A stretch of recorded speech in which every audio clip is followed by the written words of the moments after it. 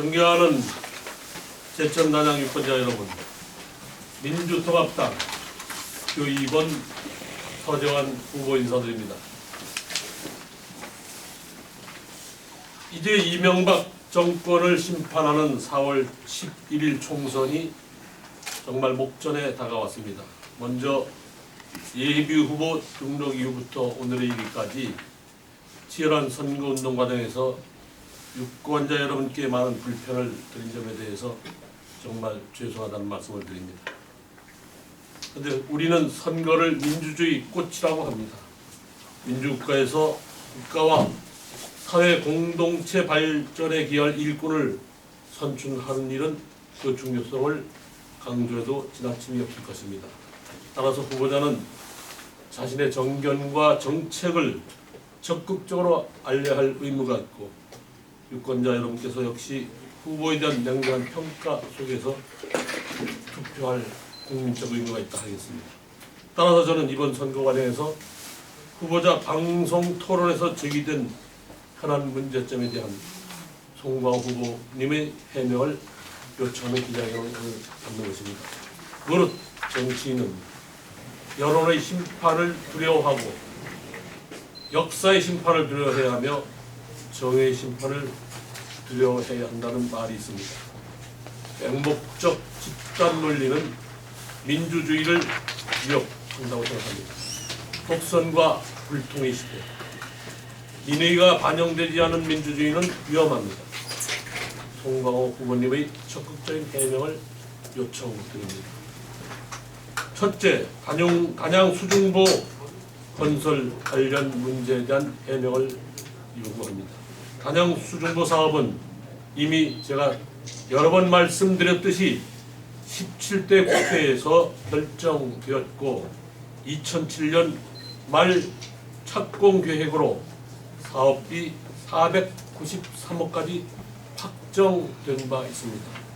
이후 일부 주민들의 위치 변경 요구에 따라서 4년간 연기돼서 2011년 작년 6월달에 착공되었습니다.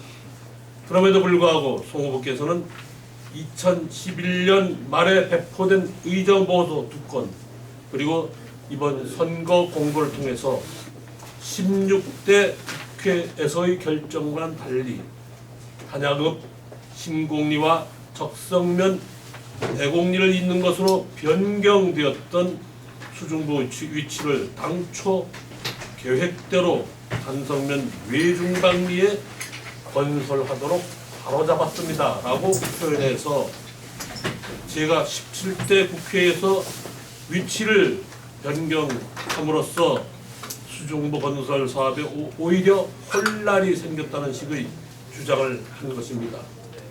잘 아시다시피 단양 수중보 위치는 1994년부터 2005년까지 총 5번에 걸쳐서 타당성 조사를 했습니다마는 모두 신공리와 적성면 애공리가 적정 지역으로 결론이 난 바 있습니다. 2005년 11월 28일 단양읍 신공리와 적성면 애공리를 잇는 선으로 위치가 확정되고 2005년 12월 달에 수중보 설계비로 20억 원 확보했고 2007년 2월 수장공사가 2007년 말 착공 계획을 발표한 바 있습니다. 여기서 제가 추가되는 내용을 보도자료 없는 내용을 말씀드리겠습니다. 여러분들 아시다시피 제가 4월 3일 날 허위사실 유포로 고소장을 검찰에 제출한 바 있습니다. 그러니까 송 후보께서 거의 해명을 위한 기자 인터뷰를 한 바 있습니다. 그래서 제가 자료를 어제 저희가 늦게 봤는데 충북일보에 보도가 됐고 또 인터넷 뉴스에도 보도가 됐는데 그 내용을 보면 몇 가지가 있습니다.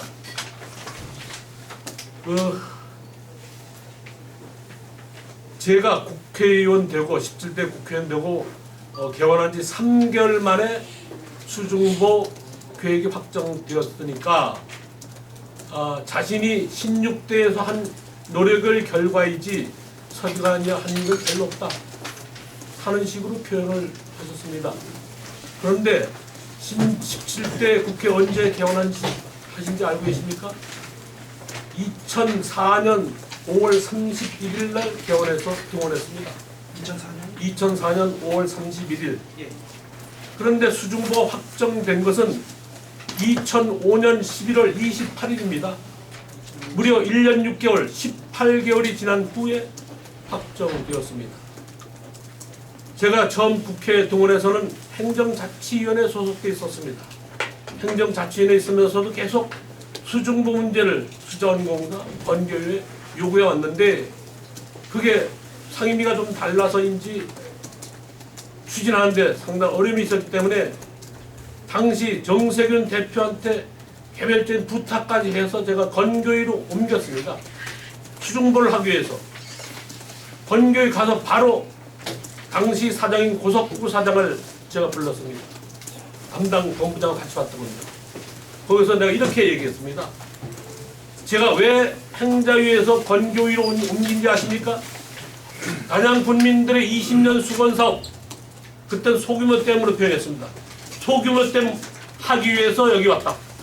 이렇게 얘기했습니다. 그때 처음 시작할 때 하물며 그 수자원공사 본부장이라는 담당 본부장이 의원님 그게 되겠습니까? 이렇게 냉소적으로 대응했습니다. 두고 봐라. 이 서재관이 하고 만다. 이렇게 얘기했습니다. 그걸 가지고 자기가 16대 때 다 해놓은 것을 서재관이가 과실만 따먹었다 식으로 표현하시는 것은 정말 어불성설도 넘는 일입니다. 부끄러움을 아셔야죠. 당초에 제가 이 문제를 제기했을 때 사실대로 말씀하시고 잘못했다, 미안하다 했으면 끝났을 겁니다. 근데 계속 변명하고 이런 식으로 왜곡하기 때문에 끝까지 제가 말씀드리지 않을 수 없는 그런 결과를 초래했다는 것을 말씀드립니다. 또 이렇게 말씀하셨습니다. 과거 문제를 왜 들추느냐. 과거 일이다. 미래를 얘기하지 왜 과거를 얘기하느냐. 아니 과거의 진실을 2005년도 6년도에 있었던 과거의 진실 이것을 왜곡 날조해서 자신이 국회의원 당선될 목적으로 의정보고서에 내보내고 또 선거 공보에 써먹지 않았습니까? 그래서 현재 문제가 된 겁니다. 과거 문제를 과거 문제대로 진실대로 놔두었으면 왜 그게 현재 문제가 되겠습니까? 스스로 자기가 자초한 일 아니겠습니까? 그래놓고 왜 과거를 들추느냐? 미래로 나가야지. 좋은 말씀입니다. 그런데 날조 왜곡해서 현재 문제로 만들었고 미래 문제를 만들어버렸습니다. 선거에 써먹기 위해서.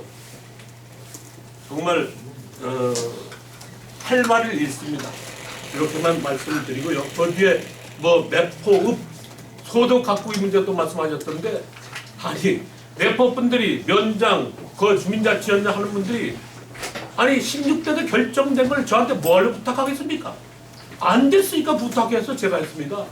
그때 괴산과 단양이 둘 다 올라갔습니다. 괴산이 1등 올라가고 단양이 2등 올라가서 충청도에서 그때 지금 도의원하고 계시는 권기수 의원이 단양 부군수였습니다. 그래서 1등, 2등, 괴산이 오히려 1등 올라오고 우리가 2등 불리한 위치였습니다. 그래서 행자부에 참 누누이 부탁하고 해서 심의 과정에서 또 불리한, 심사 과정이 불리하다. 이렇게 해서 또 출하해가지고 겨우 참 1등해서 됐는데 그거를 이제 제가 감사표 받았는데 저는 감사표 받는 거 별로 즐겨하지 않습니다. 근데 제가 감사표 받은 걸 자기가 받으면 착각하는지 혹여 또 다른 감사를 받았는지 모르겠습니다만은 제가 자기가 감사표까지 받았는데 서재관이가 자기 주장으로 엉터리 주장하고 있다. 이렇게 말씀하셨다고 합니다. 할 말을 잃습니다. 할 말을 잃습니다. 정말 존경하는 선배께서 존경하지 못하게 하는 그런 결과를 초래하는 거 아닌가 싶어서 안타깝기 짝이 없습니다. 두 번째 해명 요구사항입니다. 국회의원 의원직을 걸고 한미 FTA 반대하겠다 하고 농민들과 약속했습니다. 지키지 않으신 문제에 대해서 해명을 요구합니다. 통과 후보께서는 17대 국회의원 선거 출마하시면서 총선 후보 정책 토론회에서 한미 FTA가 한나라당 당론으로 채택되더라도 반대할 것이며 의원직을 걸겠다고 약속했습니다. 그러나 송 후보께서는 한미 FTA에 찬성했습니다. 약속대로 의원직 사퇴는 하지 않으셨습니다. 이러한 행위는 제천단양 유권자, 특히 농민들을 우려한 처사다라고 판단됩니다. 해명을 요구합니다. 세 번째입니다. 송광호 후보께서는 부자 감세 법안인 소위 종합부동산세 개정 법률안 찬성했습니다. 이게 언제 통과됐는가 하면 그 다음 장에 나오는데요. 2008년 12월 12일 12.12네요. 본회의 통과했습니다. 그때 찬성을 182명의 국회의원이 했고 기권 2명 중에 해서 통과됐는데 이것이 부자 특권층 감세 법안입니다. 종합부동산 일부 개정 법입니다. 여기에 송 후보님께서 당시 국회의원으로서 찬성표를 던지셨습니다. 그런데 이번 선거에 나오시면서 선거 공약에는 법인세, 소득세 과표 조정과 종합부동산 세율 환원으로 부자 증세를 추진하고, 이게 선거공보처 7면에 있습니다 라고 하고 있습니다. 또 충북일보와 3월 29일 날 인터뷰하셨는데 후보에 듣는다 라는 코너에서도 종부세 부활을 주장했습니다. 그러면 현역 국회의원 하실 때는 종부세 감세, 부자 감세 주장하시고 그 찬성표 던지시고, 이제 국민 여론이 불리하게 생겼으니까 이제 부자 증세로 말을 바꾸셨습니까? 바꾸셨습니다. 어느 것이 그분의 정치 차이고 진심인지를 묻고 싶습니다. 다음에 네 번째입니다. 이 말은 제가 가급적 안 하려 끝까지 안 하려고 했습니다만은 너무 참 말씀을 자주 바꾸고 해서 부득이 제가 말씀드리는 양해를 구합니다. 그 송하 후보님 따님 5급 비서관으로 채용해서 제가 알기로는 현재까지 근무하는 것으로 알고 있습니다. 그런데 여러분 보도를 통해서도 들었습니다마는 지난 1월 달에 한나라당 비대위 박근혜 위원장께서 위원장이 비대위에서 국민에 대한 8가지 약속하셨습니다. 8가지 다 들진 않겠고요. 첫째는 가족이나 친인척의 보좌관 채용을 하지 않겠다. 두 번째는 KTX 등 국유 철도와 비행기, 선박, 무료 이용 혜택 포기하겠다. 근데 이 말은 좀 이상해요. 비행기, 선박 지금 과거에도 무료 혜택은 없어요. 아주 오래전에는 무료 혜택이 있었지만 지금 무료 혜택 없습니다. 그 다음에 골프 치지 않겠다. 8가지 대국민 약속 발표했습니다. 그런데 참 아이러니컬하게도 송광호 후보께서는 국회 윤리위원장을 맡고 계십니다. 윤리위원장 맡고 계시는 송 후보께서 따님 오국비서관 채용해서 1월 달에 한나라당 비대위에서 대국민 약속을 했는데 아직까지 따님이 근무하고 계시다면은 좀 이상한 거 아니냐.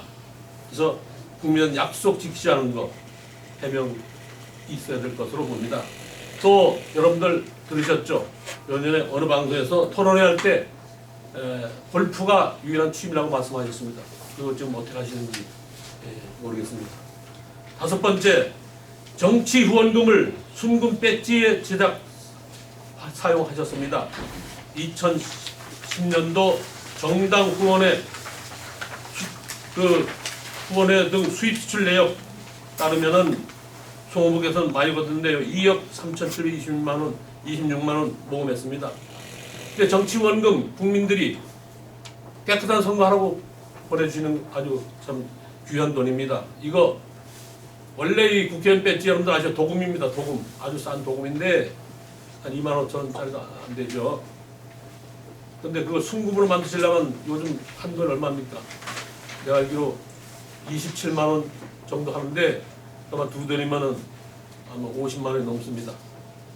그런 배지 만들어 다시면서 뭐라고 말씀하셨는지 여러분들 기억하실 겁니다. 본인 입장 뭔지 설명을 바랍니다. 또 18대 총선 공약 이행하지 않은 문제입니다. 물론 공약 다 이행할 수 없습니다. 그런데 2012년 1월 24일 한국 매니페스토 실천본부가 발표한 공약 이행률 신문에 안 거 제가 인용한 겁니다. 공화 후보께서는 친일 잔재 청산 약탈 문화재 반환 운동, 또 제천 종합 연수타운 사업 적극 지원, 단양 울산지구 골프 리조트 공약 지키지 못했다. 그래서 보류 상태다라고 스스로 분리한 겁니다. 이건 신문에서 분리한 게 아니고 자기가 스스로 분리해서 제 자료 조형해서 나온 건데, 그다음에 다른 거 다 있습니다만 생략하고, 그때 참 우리 삼선의원 중진의원이신 공무께서는 국토해양위원장, 또 한나라당 최고위원, 정말 요직주의 요직을 하셨습니다. 그런 요직이라면 능히 할 수 있는 몇 가지 일들도 안 하신 걸로 생각이 돼서 이 문제에 대해서도 본인의 해명을 제가 요구를 합니다.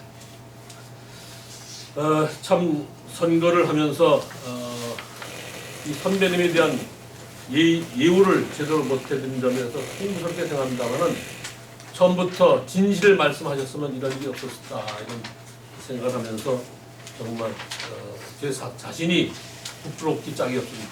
감사합니다.